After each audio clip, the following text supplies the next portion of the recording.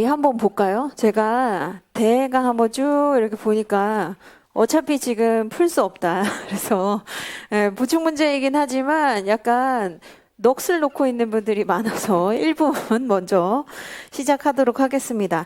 그래서 우선은 저희 이제 강의 계획서 한번 보시면은 제가 다 설명드리기보다 일정이 어떻게 되는지를 말씀을 드릴게요. 그래서 강의 진도표를 우선은 보시는데 저희가 지금 2순환이잖아요. 그렇죠? 제가 매 순환 첫 번째 시간대마다 이번에 목표는 무엇이다 이렇게 말씀을 드리잖아요. 그래서 이순환 같은 경우에는 이제 하프 모의고사를 보죠. 그래서 50점짜리 모의고사를 보면서 당연히 완성이 안 됐습니다. 그리고 심지어 누군가는 지금 시작이에요. 지금 이제 시작이다. 그래서 여기 이제 여러분들이 요 노란색 글씨 한번 보시면 내용을 이제 좀 디테일하게 만드시고, 그리고 가장 중요한 게 제가 봤을 때는 합격하시려면 밸런스를 맞추는 게 중요해요. 밸런스. 오늘 시험 보시면서 아마 느끼셨을 겁니다. 뭐냐면 분명히 알거든요. 과학적 관리론, 인간관계론 공부하면 다 아는 내용입니다. 그런데 밸런스가 맞는 답안은 그렇게 많지가 않을 거라고 생각을 해요. 그래서 이게 그냥 쓰는 게 아니라 우선 문제에서 묻는 게 지금 어떤 건데 여기에서 밸런스를 내가 어떻게 이제 균형 잡히게 구조할 건지 이거를 생각을 하시는 연습을 하셔야 됩니다. 그래서 3기 되기 전에 하프 모의고사 보시면서 균형 잡는 연습 요거를 이제 하시면 된다. 자, 그리고 이제 요거 기억나시죠? 그렇죠? 그래서 사물을 간결화해서 나간 피카소의 이 연작 하나 한번 생각해 보시면 이제 구구절절한 건 버리세요. 그러니까 설명을 할 때 너무 장황하고 구구절절한 거. 뭐 예를 들면 오늘 시험 문제에서 6명의 여공이 또는 14명의 남성 작업자가 이거 쓰신 분 분명히 있을 겁니다. 그래서 호송공장 실험에서 누구를 봤는데 조명의 촉광이 또 어떻고, 자 이거 다 쓸 시간 없습니다. 그래서 자 구구절절한 거 떨칠 거 떨치시고 핵심을 쓰시면 되는 겁니다. 그래서 지금 이순환 때는 여기에 해당되기도 하지만 이제 간소화시키는 거, 간소화시키면서 이제 균형 잡는 연습이 필요하다. 자 이렇게 보시면 되고, 오늘 이제 시험 보시면서 이렇게 아마 이해를 하시면은 더 잘 받아들이실 거예요. 원래 시험이라고 하는 게 그냥 열심히 공부한 것을 무제한의 시간으로 쏟아내는 게 아니라 기본 지식, 재료를 우선은 습득을 하신 다음에 그것을 이제 조합하고 잘 네트워킹, 연결을 해야 되는 겁니다. 그래서 지금 쭉 공부하신 것들이 있죠. 그런데 그걸 그 순서대로 물어보지 않아요. 그래서 그 중에서 필요한 것을 쏙쏙 뽑아서 특히 이제 25점짜리 같은 경우에는 그냥 묻는 거 담백하게 써주시면 되되, 여기 보시는 것처럼 좀 연결은 그래도 신경을 써주시고, 자, 그 다음에 이제 오늘 같은 50점짜리 문제 있잖아요. 50점짜리 문제 같은 경우에는 요런 밸런스가 필요하다는 겁니다. 그래서 서론이 너무 뚱뚱해도 안 되고 결론이 너무 장황해도 안 돼요. 결국 지금 메인은 뭐죠? 과학적 관리론이랑 인간관계론, 그리고 여기에서 조금 더 비중을 두자면 현대 인적자원 관리의 적용, 이게 지금 균형이 맞아야 되는데 특정한 부분에 너무 많이 또는 특정한 부분에 너무 적게 이렇게 되는 경우에는 좋은 점수가 나가기가 힘듭니다. 그래서 이렇게 이제 보시면 된다. 그리고 이제 저한테 그 강의 진도표에 이게 실화냐 이제 시험 범위 와 항의하는 분들이 있어요. 근데 실화입니다. 그래서 이거 제대로 인쇄된 거 맞냐고 자꾸 물어보시는데 제대로 인쇄된 거예요. 그래서 다음 주 같은 경우에도 이번 회차랑 범위는 동일합니다. 제가 이렇게 하는 이유가 이렇게 해야 여러분들이 여러 번 봐요. 그러니까 남들 지금 한 번 볼 때 여러분들은 2번 봐야 됩니다. 회독을 아무튼 꼼꼼하게 이렇게 보는 게 아니라 우선은 2번 봐야 승률이 높아요. 그렇기 때문에 같은 범위를 다음 주에도 그렇게 준비를 해오시면 되겠습니다. 그리고 요 강의 진도표대로 제가 시험 문제를 낼게요. 자, 그 다음에 이제 저희 오늘 시험 본 문제 있잖아요. 문제 한번 보면서 제가 좀 말씀을 드리도록 하겠습니다. 그래서 오늘 이제 한번 경험을 해보시면 어떤 식으로 진행이 되는구나 이렇게 아실 겁니다. 우선은 자 문제 1번 한번 보세요. 자 과학적 관리론과 인간관계론의 내용 그리고 평가 그리고 두 이론의 공통점과 차이점을 제시하고 라고 했죠. 사실 이거 굉장히 클래식한 문제입니다. 클래식한 문제고 아마 속으로 그렇게 생각하신 분이 있을 수도 있어요. 이걸 누가 못 써? 이런 이제 기본적인 문제를 내다니 이렇게 생각할 수 있는데 자 이거 쉬운 문제는 맞아요. 그런데 균형 잡기가 어려운 문제고 그리고 이제 변별력은 사실 그 다음이죠.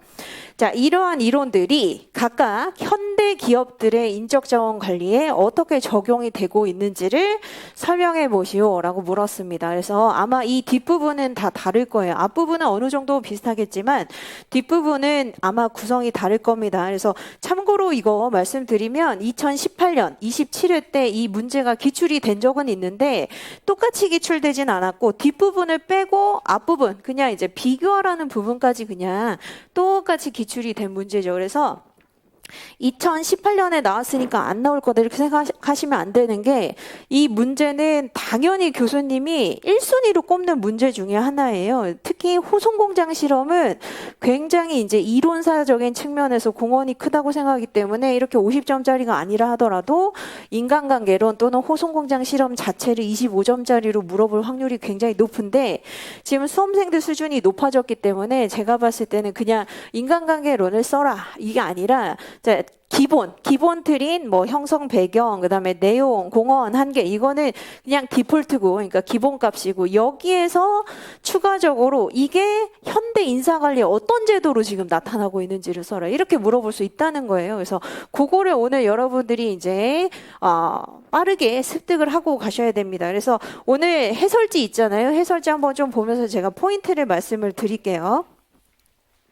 해설지도 이렇게 놔두시고 여러분들 책 있잖아요. 단거나 하기로 이제 마음먹은 책이 있을 겁니다. 그 책 옆에 같이 두시면서 특히 저는 이제 목차 키워드 노트 페이지로 해도 그냥 전략 노트 가지고 오신 분들도 어딘지는 아시죠? 완전히 다른 책이 아니기 때문에 아실 겁니다. 그래서 목차 키워드 같은 경우에는 67페이지를 펼쳐보시면 되고 전략 노트는 아마 23페이지 안에서 33페이지 안에 찾아보시면 있을 겁니다.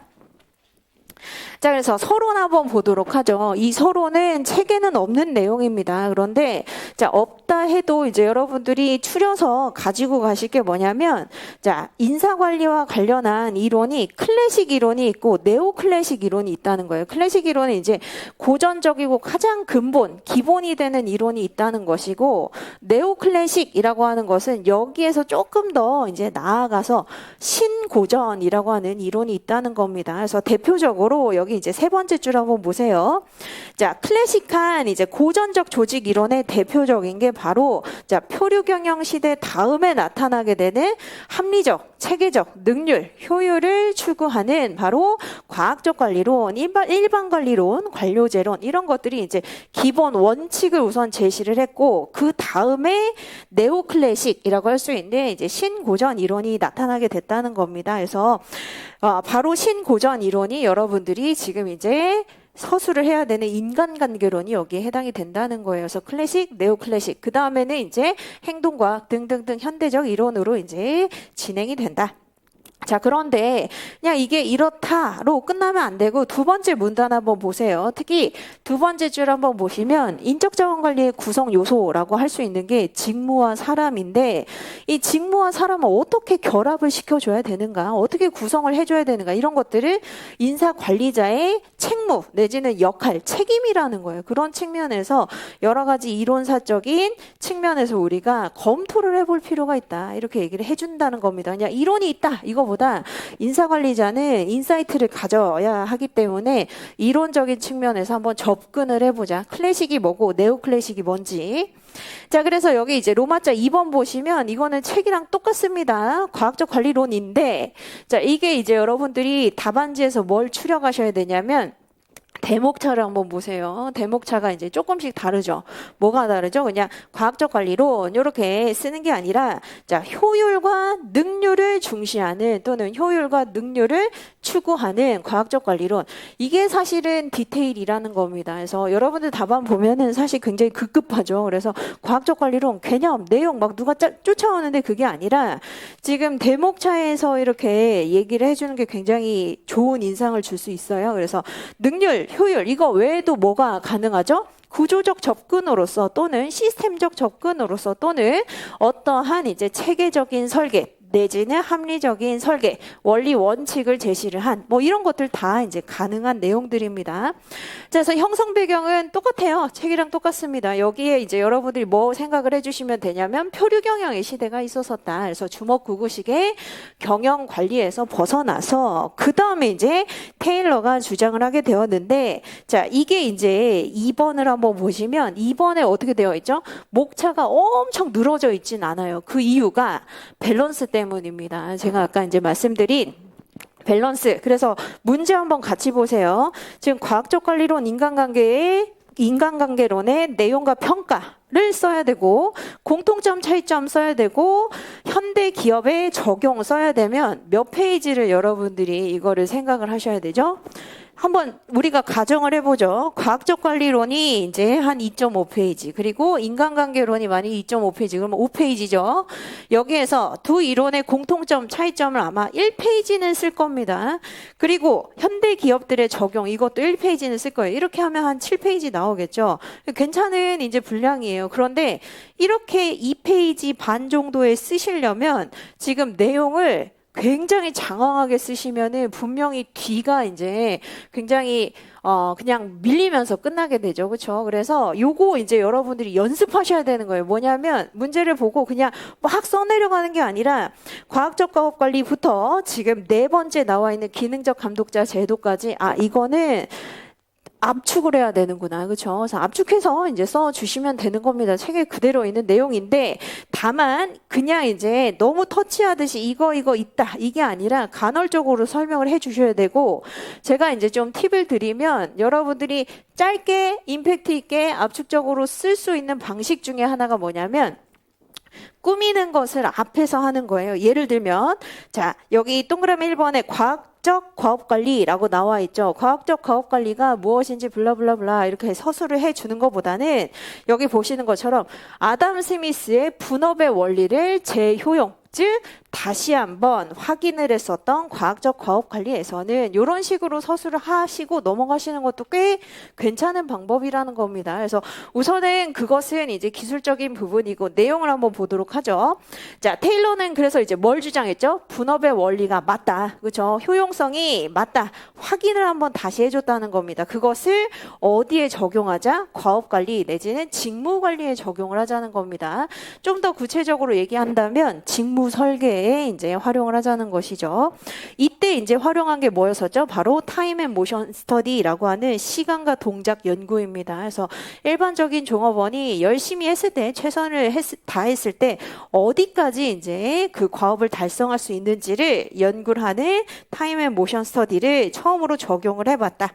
자, 뿐만 아니라 여기 동그라미 2번 보시면 이제 선발과 훈련에 있어서 기존의 주먹구구식 방식을 버리고, 자, 인간공학적인 직무 설계뿐만 아니라 선발 훈련의 기법을 도입해야 된다라고 얘기를 했었고, 자, 그다음에 3번 한번 보시면 차등성과급제입니다. 이거는 이제 동기부여를 위한 보상 관리였잖아요, 그렇죠? 그래서 자, 임료를 아예 다르게 적용을 해주자 이렇게 얘기를 합니다. 뿐만 아니라 마지막에 기능적 감독자 제도라고 해서 감독자나 관리자도 마찬가지 그 역할이나 과업 배분을 아예 다르게 줘야 된다. 그래서 전문 관리자냐 아니면 그냥 일반 관리자냐 구분을 두어야 한다. 이것도 분업의 원리를 다시 한번 적용을 해봤다는 겁니다.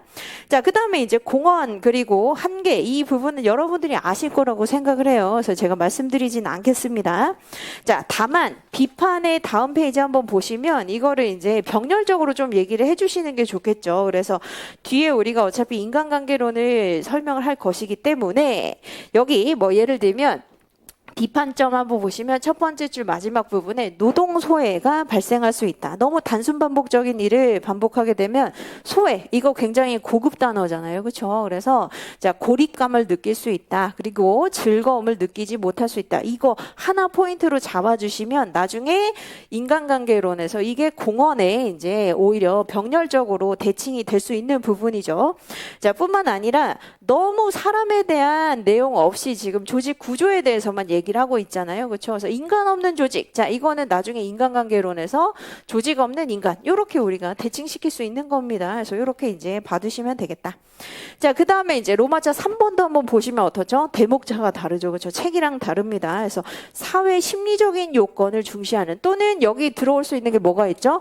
비공식적 집단 내지는 소집단을 중시하는, 또는 비공식적 모임을 중시하는, 사람의 감정을 중시하는, 이런 것들 다 여기 들어올 수 있겠습니다.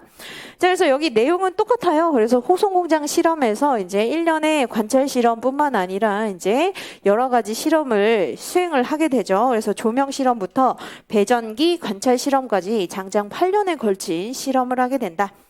자, 그런데 이거는 이제 여러분들이 조금 유념하셔야 되는 게 순서대로 쓰셔야 됩니다. 요거는 왜냐하면 그 순서대로 이루어졌기 때문이에요. 그래서 조명 실험, 그리고 두 번째로 궤전기 조립 실험, 그리고 나서 이제 세 번째로 2만 명이 넘는 사람에게 실시를 했었던 면접 실험, 그리고 맨 마지막에 관찰 실험, 이렇게 이제 여러분들이 보시면 되고, 이거는 조금 기술적으로 우리가 잘 외워야 되는 부분이기도 하죠. 그래서 여러분들이 오늘 그 두 문자 코너라고 하는 그 한번 한 장짜리 표가 있을 거예요.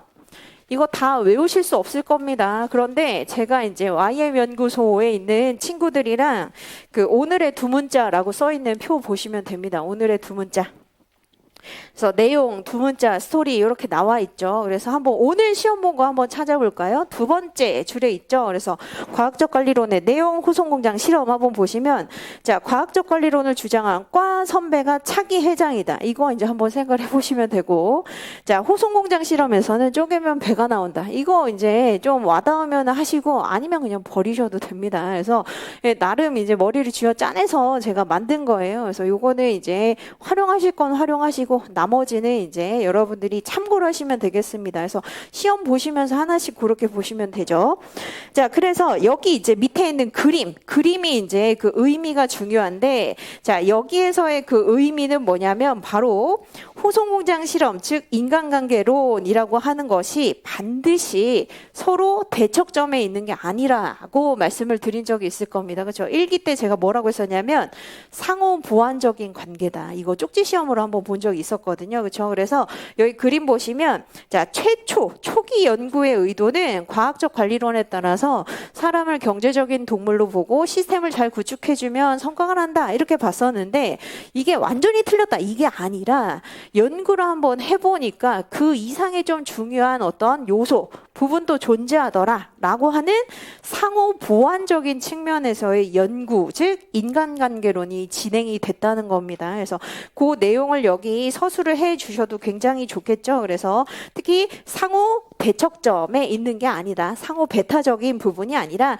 상호 보완적인 관계로서 이제 우리가 정리를 해볼 수 있다, 이렇게 보시면 되겠습니다. 그래서 여기에서 이제 여러분들이 하나 또 얻어가셔야 되는 게 뭐냐면, 모든 이론이나 모든 연구는 장점이나 단점만 존재하진 않아요. 서로 이제 보완이 가능합니다. 그래서 당연히 평가 관리에서도 바스나 MBO 같은 경우에는 과정 지향이냐 아니면 결과 지향이냐, 이런 거 다 상호 보완적인 평가 방식이잖아요. 그렇죠? 그래서 이런 상호 보완이라고 하는 요 키워드 잘 활용을 해 보시면 아주 좋고, 자, 평가에 있어서 공헌 한계 똑같습니다. 아까 소외 문제 해결할 수 있다 뿐만 아니라 인간 행동에 대한 설명이 부족하다라고 얘기를 했었던 과학적 관리론과 다르게 인간 행동에 대한 이제 설명이 더 풍부하다. 그렇죠?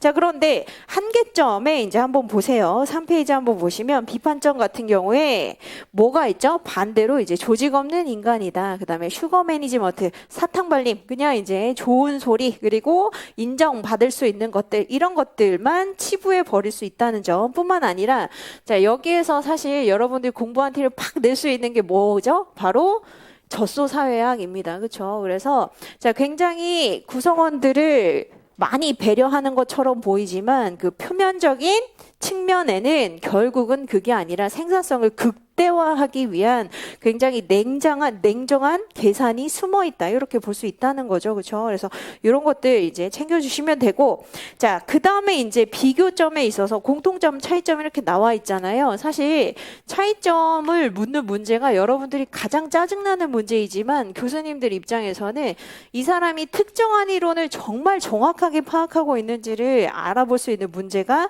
차이점 문제입니다. 그래서 공통점은 우선은 이론이죠. 이론이기도 하고 1910년대 그리고 1930년대 진행이 됐었고, 그리고 이제 또 어떤 게 공통점이라고 할 수 있냐면 결국 조직의 성과를 도출하기 위한 여러 가지 이제 이론적인 기반 내지는 접근이라고 할 수 있다. 자, 그런데 차이점은 여러 가지가 있습니다. 능률간, 인간간 뿐만 아니라 동기부여 방식 지금 다 다르죠. 기계적이냐, 그리고 과학적이냐, 그리고 여기 보시는 경제적인 유인을 중시하느냐, 아니면 자, 사회 심리적이거나 아니면 감정적이거나 태도적인 부분이거나 상호작용을 좀 더 중시하느냐, 이런 것들이 이제 차이가 난다고 볼 수 있겠습니다. 다만 제가 요거는 6개 정도를 이제 여러분들 책에 보시면 표로 나와 있잖아요. 표 쓰시면 안 되고 요런 식으로 쓰셔야 된다는 겁니다. 그래서 책에 나와 있는 표, 즉 69페이지에 지금 이제 목차 키워드 노트에 과학적 관리론과 인간관계론의 비교, 요 표는 그리시면 안 되고 요런 식으로 이제 설명을 해주시면 돼. 자, 이거는 말씀드릴게요. 지금까지 항상 교수님이 비교해라, 차이점을 서술해봐라 라고 했을 때 점수가 유난히 높은 분들의 그 공통점이 목차를 잡아서 썼다는 거예요. 그래서 웬만하면 목차 잡아서 이렇게 써주시는 게 좋겠습니다. 물론 시간이 없으면 어쩔 수 없죠. 자, 그 다음에 이제 차별화되는 파트가 바로 4페이지입니다. 그래서 이게 이제 여러분들이 제가 보니까 시험 뭐 감독을 하는 건 아니지만 거의 이제 다 돼서 오니까 점점 속도가 느려지면서 뭘 써야 될지 계속 머리로 생각을 하지만 이제 펜이 안 나가는 그런 영역이었었죠. 그래서 한번 보세요.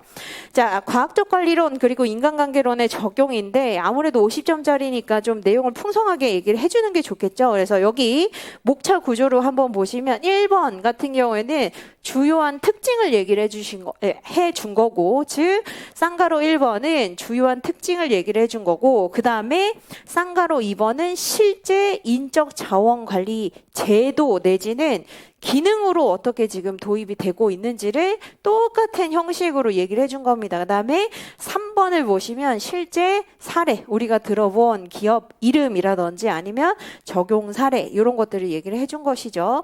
자, 그래서 쌍가로 2번 한번 보세요. 과학적 관리론, 이거 이제 제가 설명을 드린 적은 있었는데 아마 잘 기억이 안 나고, 그리고 생각을 좀 해보셔야 되는 겁니다.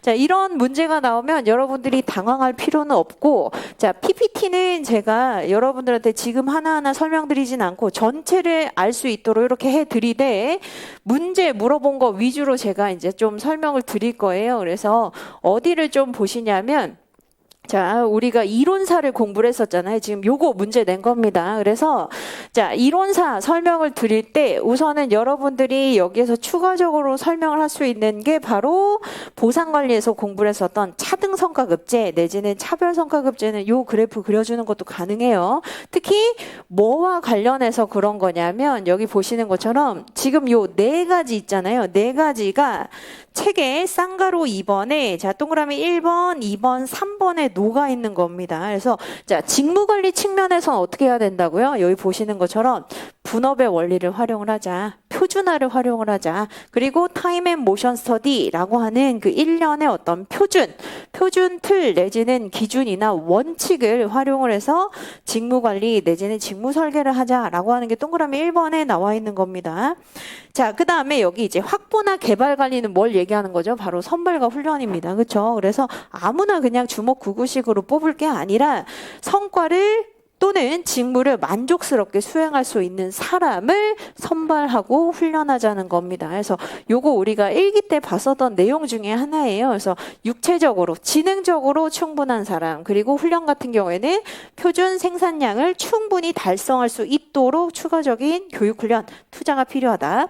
자, 그 다음에 여기 이제 3번이 바로 보상 관리에 있어서 제가 아까 말씀드린 그 요 차등성과급 제도, 요 그래프 여기에 그려줄 수 있다는 겁니다.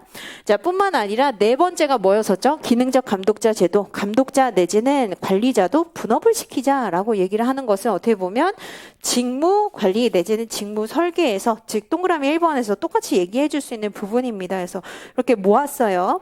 자, 그 다음에 여기 사례를 한번 보세요. 꼭 이런 굉장히 유명한 사례를 얘기를 할 필요는 없습니다만 논거를 이제 충분하게 만들어주기 위해서 많이 알고 있다면, 그리고 제가 맥도날드의 성장과 발전은 과학적 관리론과 궤를 같이 한다 이렇게 설명을 한 게 아마 기억이 나시는 분도 있을 겁니다. 그래서 그게 안 난다 하더라도 포드 자동차 한번 생각을 해보시면, 자, 대량 생산을 해야 되는 경우에는 과학적 관리론을 조금 더 수정 보완 발전시켜서 그러한 원칙을 활용하게 되죠. 그렇죠? 그래서 포드 자동차 사례뿐만 아니라 맥도날드의 사례, 이런 것들을 여기에서 제시를 해 주고 있고, 여기 맨 마지막 줄에 두 번째 줄 한번 보세요. 이와 같이라고 나와 있죠. 이와 같이 과학적 관리로는 산출물이 표준화되어야 하는 그런 경우, 능률의 극대화가 되어야 하는 경우, 한마디로 대량 생산을 능률적으로, 효율적으로, 경제적으로 해야 되는 그러한 경우에는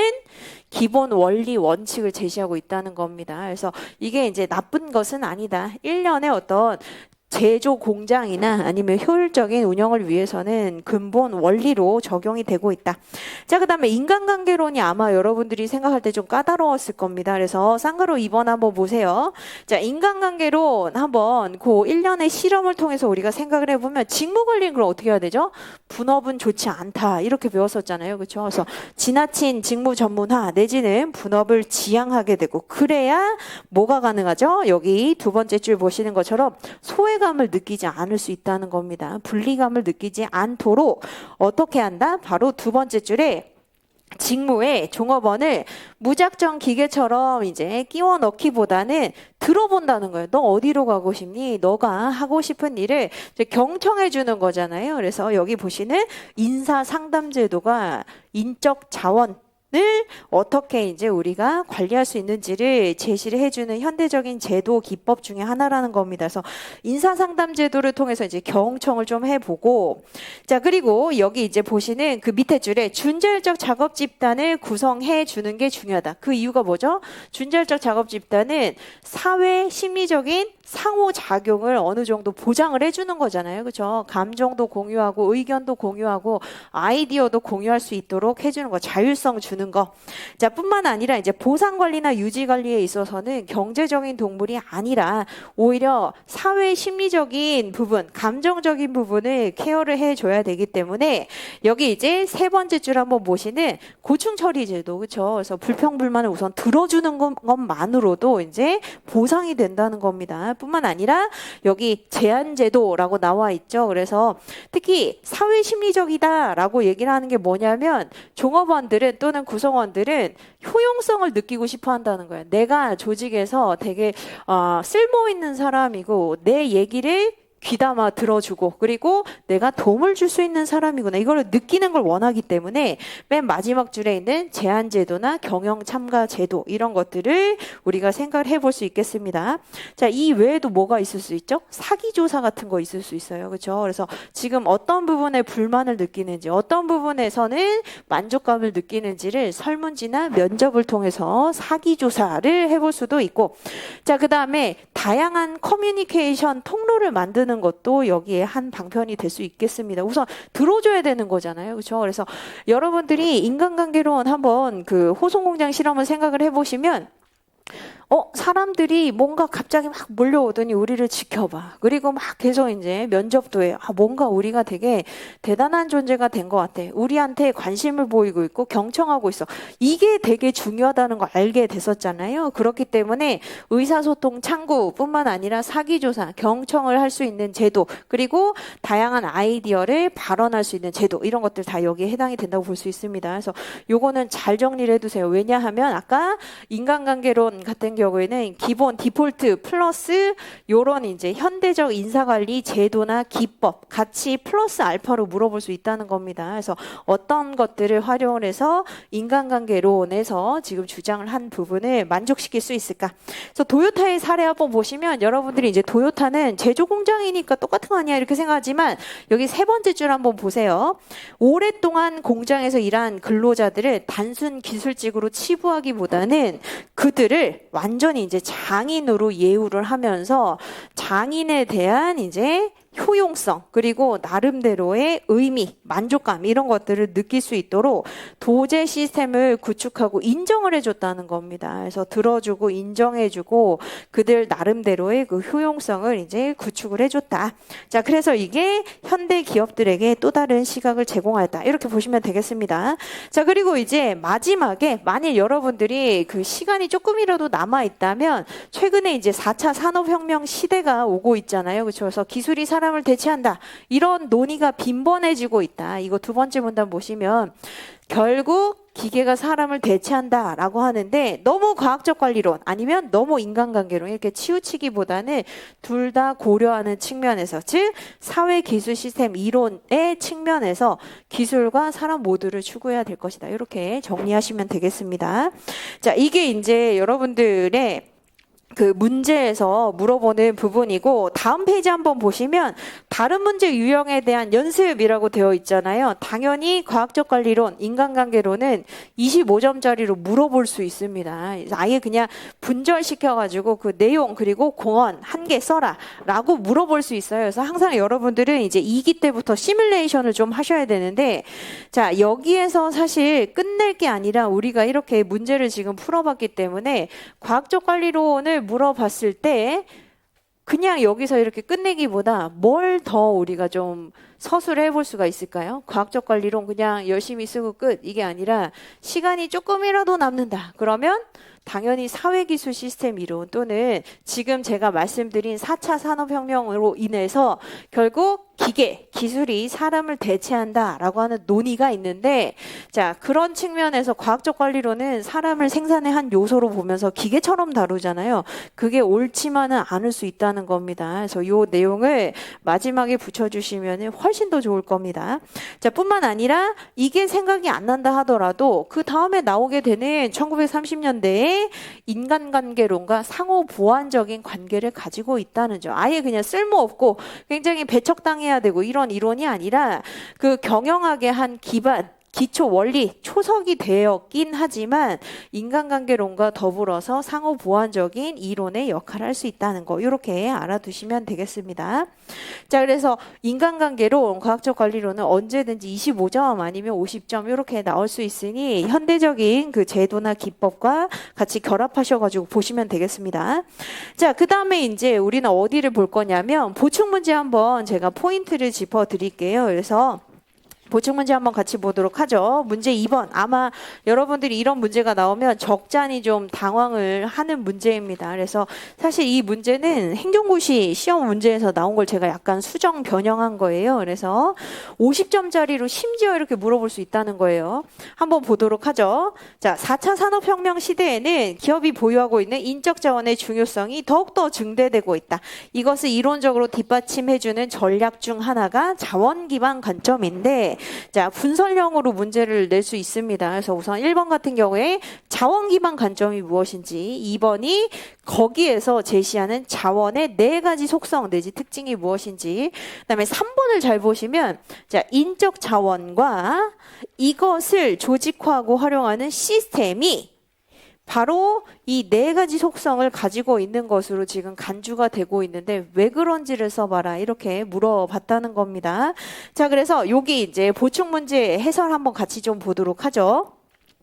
자, 보충 문제 해설 한번 보시면 우선은 여러분들이 이런 문제가 나오면 쓸거리가 특히 없는 경우에는 약간 이제 스토커처럼 거의 문제를 똑같이 따라서 서술을 해주시면 돼요. 그냥 4차 산업혁명 시대인가 보다 이렇게 하는 게 아니라 로마자 1번 보시면 4차 산업혁명이 뭔지 우선은 나는 이렇게 생각한다 이걸 얘기를 해줘야 되는 거거든요. 그래서 1차, 2차, 3차, 4차 다 외울 필요는 없지만 상식적으로 알고 있는 부분이 있을 겁니다. 그래서 한번 보세요. 여기 1차, 2차, 3차, 4차 깍지 표시하신 거 보이시죠? 그래서 1차 같은 경우에는 증기기관 발명으로 인한 이제 혁명을 우리가 1차 산업혁명. 자, 그다음에 2차는 뭐죠? 전기를 활용하는 거. 전기를 활용하게 되면 대량 생산이 가능해질 수 있습니다. 자, 그다음에 세 번째는 지식이 폭발적으로 늘어나게 되는 정보통신 기술의 혁명을 의미를 합니다. 그렇죠? 그래서 3차 산업혁명은 IT라고도 얘기를 하잖아요. 그렇죠? 그래서 3차 산업혁명은 정보통신 기술로 인한 정보의 대확산 이렇게 생각하시면 되고, 자, 4차 산업혁명 아직도 난 이거 뭔지 모르겠다 이런 분들 많은데 결국 뭐라고요? 융합입니다. 융합. 서로 관련 없는 것들을 결합시키고 융합시켜서 새로운 부가가치로 만들어내는 거, 이게 4차 산업혁명이다. 자, 그런데 여기에서 끝나는 게 아니라 여러분들이 가지고 가셔야 되는 바로 키워드가 바로 그 밑에 문단에 있어요. 자, 4차 산업혁명은 지금 일자리가 감소된다라고 하는 논의들이 굉장히 빈번하게 있지만, 자, 기술의 진보는 결국 사람의 역량도 더 고도화시킨다는 거예요. 그러니까 기술이 그냥 발전하면서 사람이 쓸모없어지는 게 아니라 그 기술을 다루는 주체도 뭐죠? 결국 사람이잖아요. 그렇죠? 그래서 사람의 역량 내지는 능력도 더 고도화되고 더 많이 요구가 된다는 입장이 있기 때문에, 자, 여기 공진화라고 나와 있죠. 그렇죠? 그래서 공진화 하게 된다. 이거 굉장히 중요한 키워드라고 생각하시면 되겠습니다. 그러니까 여러분들이 뭔가 근거를 대고 싶은데 기계가 사람을 다 대체시켜 아니야 라고 하고 싶은데 그 부분에 대한 이제 여러분들이 뭐라고 얘기를 해야 좋을까? 물론 우리가 이제 뭐 상향가설, 하향가설, 양극화가설 여러 가지 배웠지만 공진화 이거 알아두시면 좋을 거예요. 기술이 발전한다고 해서 사람의 역량이나 능력이 멈춰 있는 게 아니라는 겁니다. 똑같이 오히려 더 많은 요구 수준이 이제 필요하기 때문에 같이 발전한다는 거예요. 같이 발전을 한다. 자, 그렇기 때문에 이제 밑에서 우리가 다루게 되는 자원 기반 관점의 브린 프레임워크 또는 브리오 프레임워크, 이걸 이제 사람이 갖고 있느냐 이걸 보자는 것이죠. 그래서 로마자 2번 한번 보세요. 로마자 2번은 자, 여기 이제 여러분들이 알고 있는 내용들을 조금 늘려쓰게 된 것인데 아주 이제 쉽게 한번 얘기를 해보면, 자, 자원 기반 관점은 뭘 얘기하는 거죠? 여기 도식에서 결국 자, 성과를 결정하는 것은 자원이라는 겁니다. 그렇죠? 성과를 결정하는 것은 기업이 보유하고 있는 자원이다. 자, 그런데 그 자원이 어떻다? 차이가 있다는 거예요. 그죠? 동질적이지 않고 이동이 쉽지 않다. 자, 이거 누가 얘기를 했죠? 바로 제이바니가 얘기를 한 겁니다. 그래서 그 모형 한번 생각을 해보시면, 자, 모형은 어디 나와 있죠? 여러분들이 인적 자원의 중요성 요걸 보는 그 모형 나와 있는 거 아시죠? 그래서 자, 기업이 보유하고 있는 자원에 있어서 차이도 있고 이동이 쉽지 않기 때문에 차별적 경쟁 우위의 요소로서 작용할 수 있는 것이고, 그런 측면에서 자, 그 전에는 누가 이제 주장을 했었죠? 마이클 유진 포터 같은 경우에는 외부의 산업 구조나 환경이 결국은 이제 성과를 결정한다라고 했었는데 시야를 완전히 다르게 한 거잖아요. 그렇죠? 그래서 그 내용을 여기 개요에서 설명을 해준 겁니다. 그래서 기존에 봐서던 마이클 포터나 전략 경영학자들의 관점과 다르게 외부 분석만으로 이제 우리가 보는 게 아니라 내부 자원, 내부 역량이 중요한 것이다. 자, 그래서 이 밑에 이제 보시는 그 자원 그리고 능력의 중요성에 대해서 설명을 해줬습니다. 그래서 자원이라고 하는 거는 아주 이제 심플하게 얘기를 하면 어떤 자원이 있죠? 인적 자원, 물적 자원, 시설 자원, 재무 자원 모든 것들을 통칭한다고 볼 수 있고, 자, 여기 이제 능력이 있습니다. 능력이라고 하는 것은 이러한 자원을 알아보고 한마디로 이게 지금 돈을 벌어다 줄 수 있는 또는 부가가치를 창출할 수 있게 해주는 자원이구나를 인식하고 이것을 활용할 수 있게 해주는 게 능력이라는 거예요. 그래서 자원과 능력의 중요성을 설명을 해줬고, 자, 그 다음에 이제 다음 페이지 한번 보세요. 다음 페이지 한번 넘어가 보시면 펜로즈는 뭐라고 얘기를 하고 있죠? 자, 1959년에 그러니까 굉장히 오래 전에 기업은 자원들의 묶음이다. 즉 자원들의 집합인데 이 자원 안에는 특히 뭐가 포함이 된다? 지식이라고 하는 게 포함이 된다는 거예요. 근데 지식 누가 가지고 있죠? 사람이 가지고 있잖아요. 그렇죠? 그래서 그 밑에 이제 자원 기반 관점의 중요한 가정으로 이제 넘어가는 겁니다. 사람은 특히 어떠한 특성을 가지고 있다? 이질적이고 즉 똑같지가 않고 차이가 있고 이동이 쉽지가 않기 때문에 그래서 경쟁력을 유지할 수 있다. 이렇게 볼 수 있다는 겁니다. 자, 그 다음에 이제 밑에 로마자 한번 보시면 그 네 가지 속성 뭔지 아시죠? 그렇죠? 그래서 그 네 가지 어떻게 해야 되죠? 목차 잡아서 써 주셔야 되겠죠. 그래서 9페이지 한번 보시면 우선 valuable이라고 나와 있습니다. value라고 쓰셔도 돼요. 그래서 가치가 있는지라고 나와 있죠. 그래서 외부 기회 위협 그리고 강점 약점을 판단을 해 봤을 때 만일 여기 첫 번째 줄 한번 보세요. 기업의 특정 자원이나 능력이 외부의 그러한 여러 가지 요소들을 이제 제대로 활용할 수 있게 해주느냐? 라고 물었을 때 그렇다라면은 이제 밸류가 있다는 겁니다. 이걸 좀 더 쉬운 말로 어떻게 표현할 수 있죠? 부가가치를 창출하는 데 도움을 주느냐? 그러면 밸류가 있다. 이렇게 우리가 얘기를 한다는 겁니다.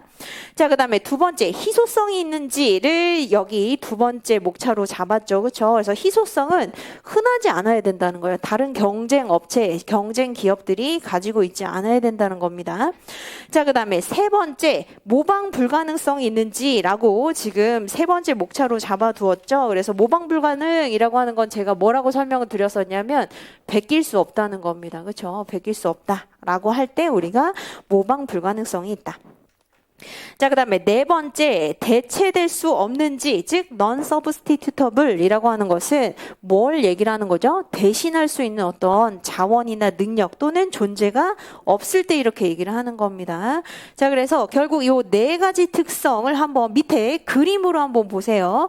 원래는 브레인 프레임워크를 이제 2000년대 들어오면서 마지막 대체될 수 없는 이라고 하는 요것을 기업의 자원으로 우리가 이전 적용시키면서 이제 오히려 어떻게 하고 있죠? 그 박스 안에 있는 조직에 의해서 지원이 되는지 잘 자원으로 구조화하고 활용할 수 있는지 이렇게 이제 바꾸기도 합니다. 그런데 상관은 없어요.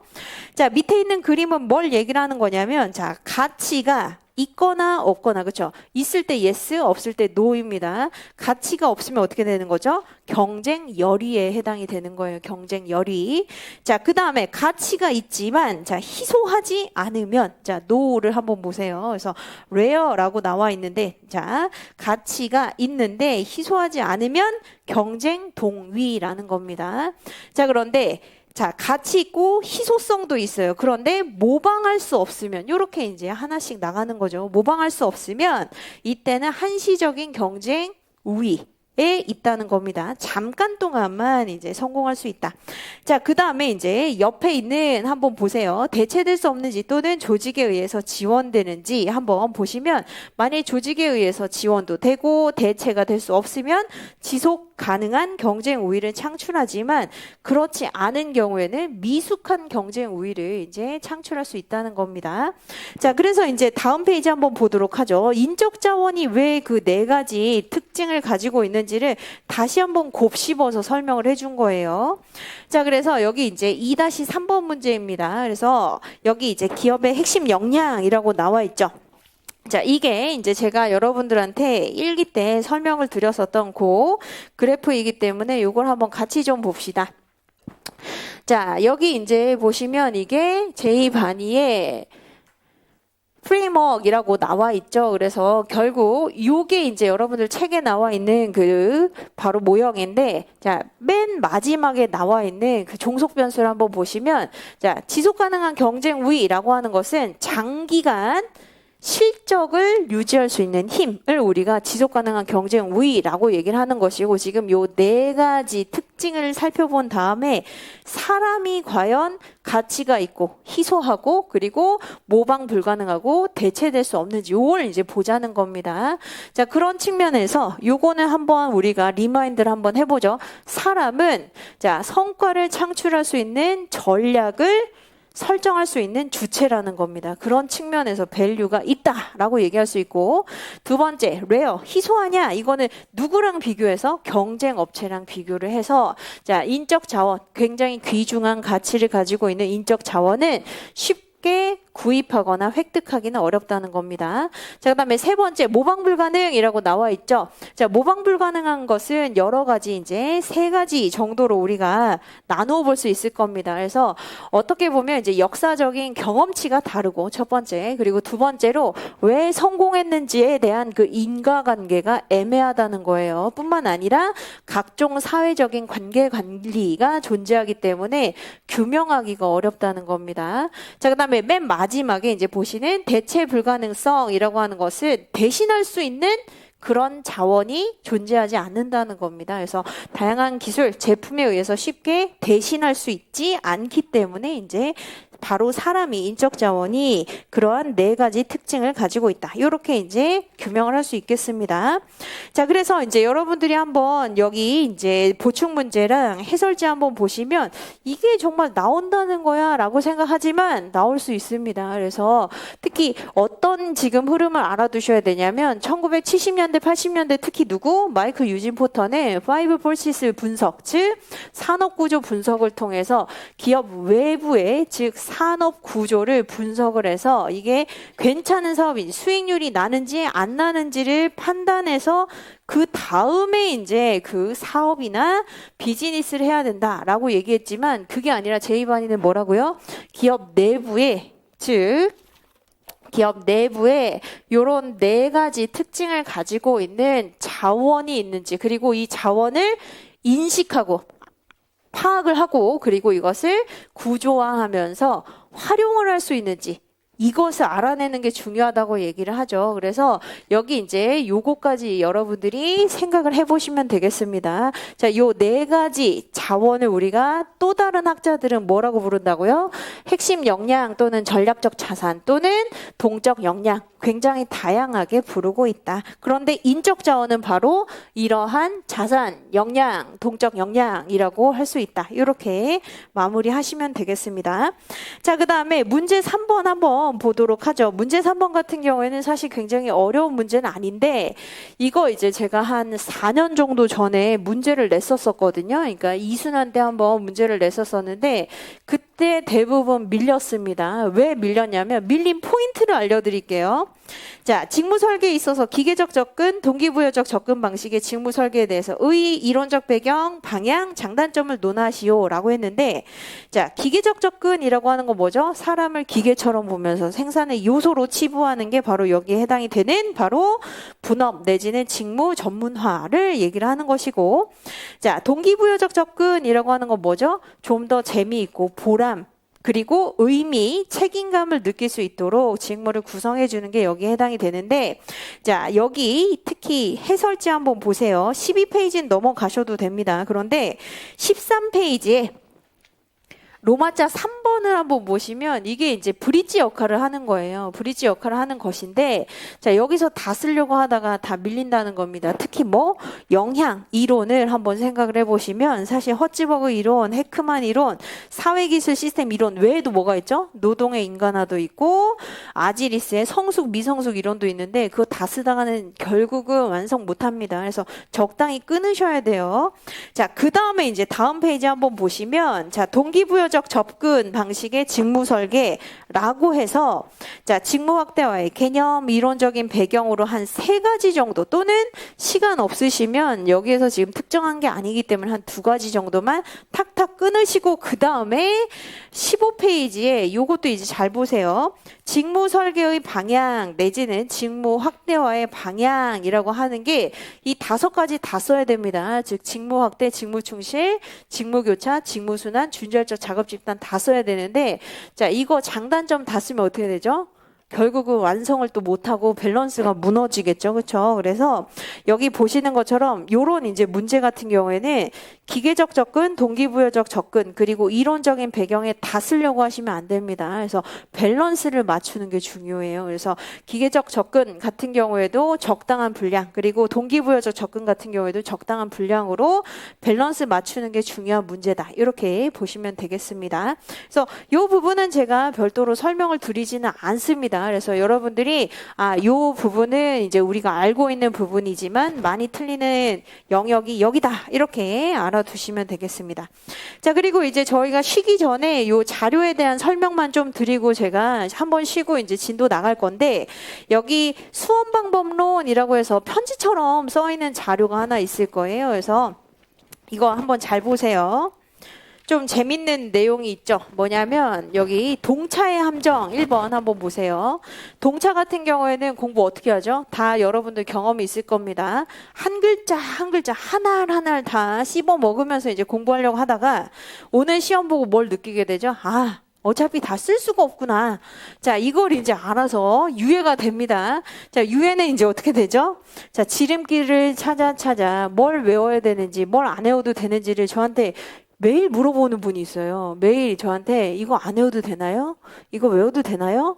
이건 안 외워도 되나요? 자, 제가 하는 얘기는 있습니다. 여기 보세요. 우리 시험은 상대평가예요. 그래서 자, 오늘 과학적 관리론, 인간관계론 다 잘 썼다고 생각하지만 모두가 잘 썼을 겁니다. 그래서 상대평가인 경우에는 싹 다 외워야 된다. 이게 아니라 결국은 기본적으로 남들 쓰는 것만큼은 쓰고 한 단락 더 쓰면 합격하는 거예요. 그런 측면에서 자, 외워야 되냐 안 외워야 되냐 이거 이렇게 물어보지 마시고 오히려 제가 이건 읽고 넘어가시면 됩니다. 그러면 눈에 바른다는 느낌으로 읽으시면 되는 거예요. 아예 그냥 제껴. 이게 아니라 눈에 바른다는 느낌으로 목차 정도는 읽어보셔야 되는 겁니다. 그래서 그냥 확실하게 그냥 아예 안 보시면 안 된다. 그래서 절대적으로 안 중요한 건 없어요. 그래서 그 부분은 상대평가라는 걸 꼭 유념을 하시고, 자, 혼동차의 함정이 있어요. 혼동차 같은 경우에는 사실 다 알고 있는 표정을 하고 있지만 심지어 이거 보세요. 오늘 같은 이제 문제의 경우에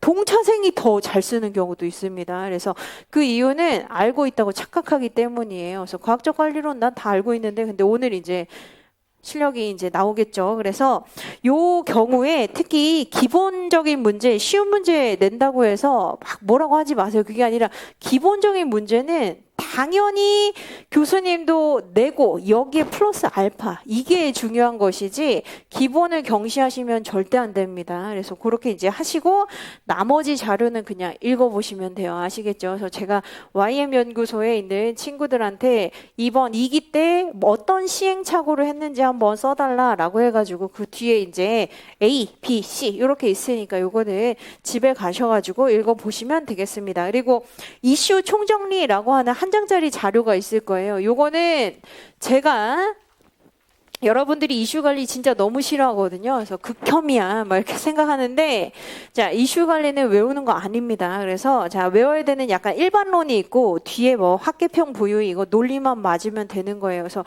요 한 장짜리는 그냥 책에 껴가지고 다니시면서 그냥 눈에 바른다 이런 느낌으로 읽어보시면 되는 겁니다. 아시겠죠? 그래서 요건 제가 설명드리지 않고 여러분들이 가지고 다니시면 되는 자료다. 자, 이렇게 보시고 이제 저희는 15분 쉬고 나머지 이제 진도 쭉 한번 나가보도록 하겠습니다.